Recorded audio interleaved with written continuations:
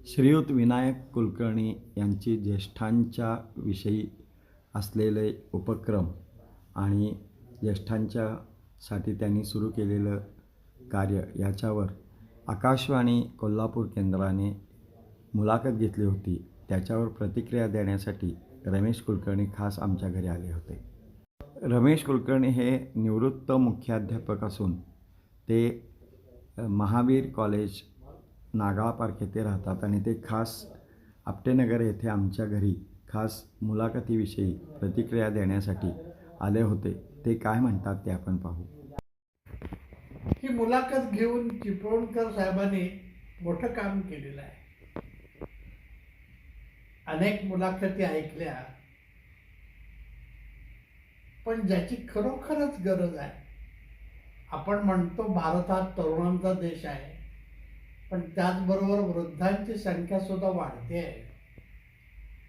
आणि हे ओळखून चिपळूणकर साहेबांनी विनायकरावांना आकाशवाणीवर बोलवलं आणि त्यांचा उपक्रम सखोलपणे जाणून घेतला.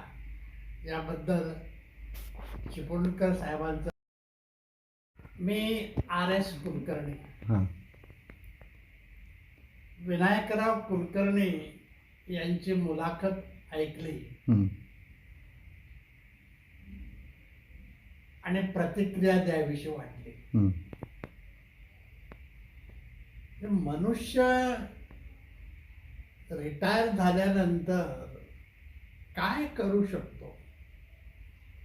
रिटायर्ड नव्हे, रिटायर. नवं टायर बसवलं विनायकरावांनी आणि त्याच्या आधारे ज्येष्ठांच्या काय गरजा आहेत,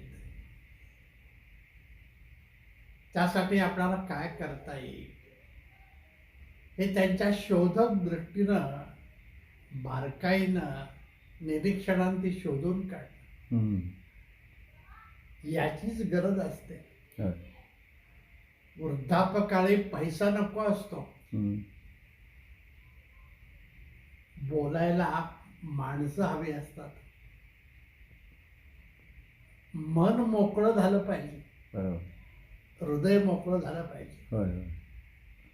त्यासाठी त्यांनी जे जे उपक्रम सांगितले ते अतिशय बोलके आणि हृदयस्पर्शी आहे. वृद्धांचे प्रश्न असे लांबून कळत नसतात, त्यांच्या पोटात शिरावं लागतं. विनायकरावांनी हे काम केलं आणि हा उपक्रम सेवाभावी वृत्तीनं करतात, याबद्दल त्यांचं अभिनंदन. धन्यवाद. माझी आकाशवाणी केंद्रावर झालेली मुलाखत श्रीयुत रमेश कुलकर्णी यांनी ऐकली. सध्या ते महावीर कॉलेज एरियामध्ये आपल्या पत्नीसह राहतात. ते निवृत्त मुख्याध्यापक आहेत आणि त्यांनी देखील ग्रामीण भागामध्ये नोकरी केलेली आहे.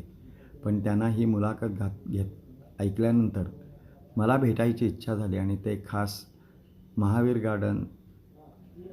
कॉलेज एरियातून माझ्याकडे रिक्षाने आले आणि त्यांनी आपली प्रतिक्रिया दिली आणि त्यांनी समाधान व्यक्त केलं. त्याबद्दल मी त्यांचा आभारी आहे. धन्यवाद.